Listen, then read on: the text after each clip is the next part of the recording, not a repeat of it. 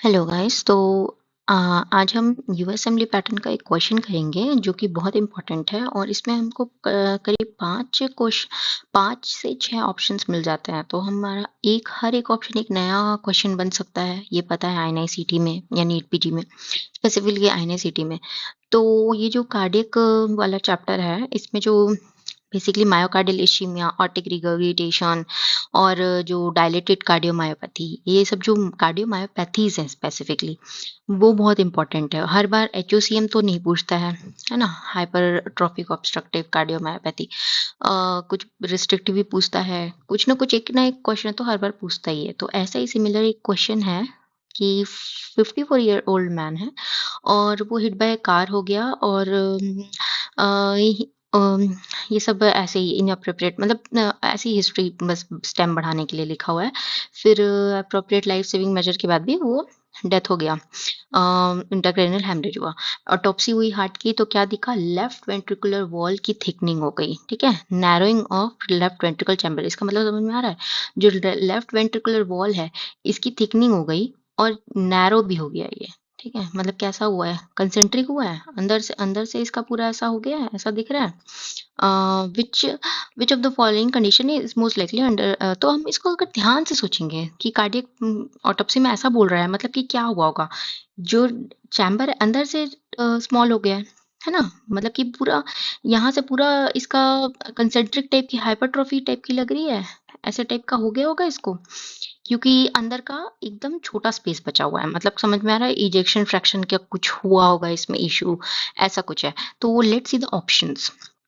तो सबसे पहले तो ऑर्टिक रिगर्गिटेशन लिखा है, तो क्या ऑर्टिक रिगर्गिटेशन से ऐसा होता है?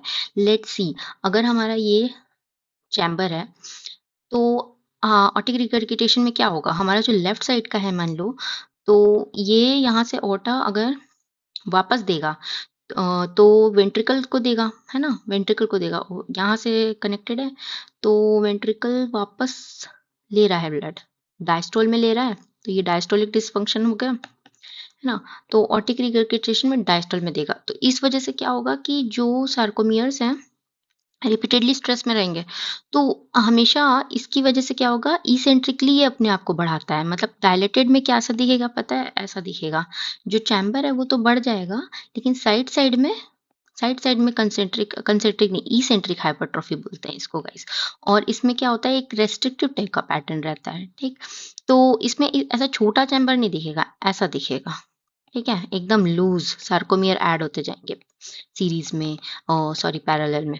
तो ये आर्टिक रिगर्गिटेशन नहीं हो सकता है इसमें, ऐसा नहीं मिलेगा, ऐसा पैटर्न नहीं मिलेगा हमको। कंसेंट्रिक हाइपरट्रॉफी मिल रही है ना इसमें। क्रॉनिक हैवी ड्रिंकिंग में भी जो अल्कोहल की वजह से होता है ना, जो एसिटाल्डिहाइड डिहाइड्रोजनेज है, जो इसके जो प्रोडक्ट्स हैं, ये मायोसाइट में आके एक्युमुलेट होते जाते हैं और इस वजह से पता है जीन्स भी बदलते हैं, अल्टर हो सकते हैं। तो जो क्रॉनिक अल्कोहलिक में क्या होगा, हमको पता है डायलेटेड कार्डियोमायोपैथी होता है, और डायलेटेड कभी कंसेंट्रिक नहीं होता, कंसेंट्रिक इस तरह से होगा ना।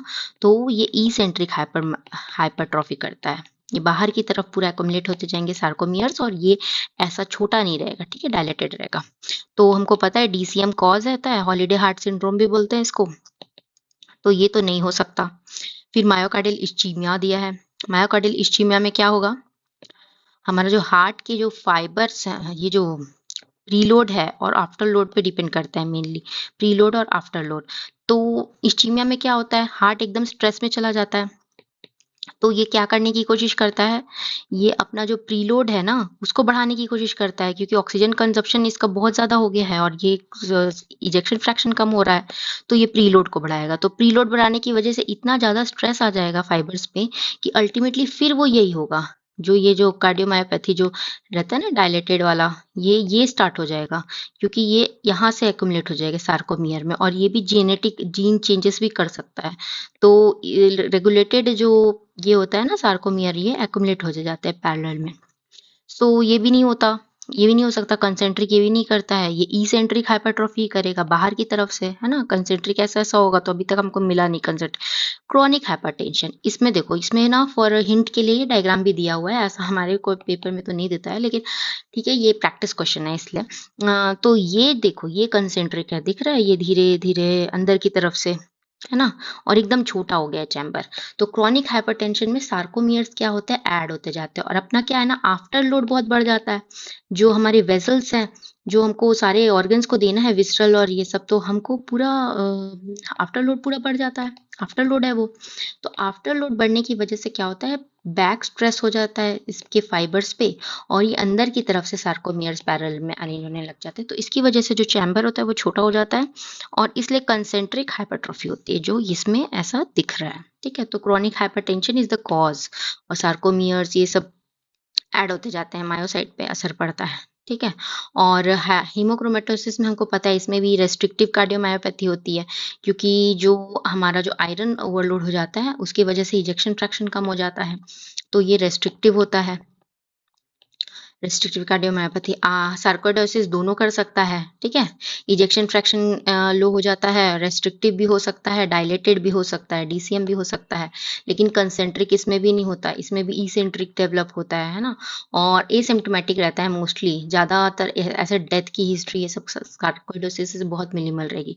हमारा क्या है कि हमको ये लगेगा कि ये डीसीएम की हिस्ट्री हो सकती है ना, अल्कोहलिक हो सकता है ये, पर ऐसा कुछ भी नहीं लिखा हुआ है, डीसीएम विसीएम कुछ भी नहीं है। हमको लगेगा कि हैवी ड्रिंकर हो सकता है ये वो, तो ये एक ट्रैपर की जैसे क्वेश्चन है, तो ऐसा क्वेश्चन हमको ध्यान रखना चाहिए कि ये था मेन इसमें क्लिंचर। ठीक है, narrowing of the ventricular chamber with thickening of ventricular wall, तो हमको कॉन्सेंट्रिक हाइपरट्रॉफी ऐसे होती है, और इसेंट्रिक हाइपरट्रॉफी ऐसे होती है।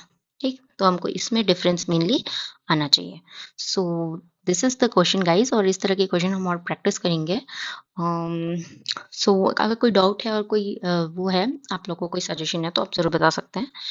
Okay, thank you for listening, bye.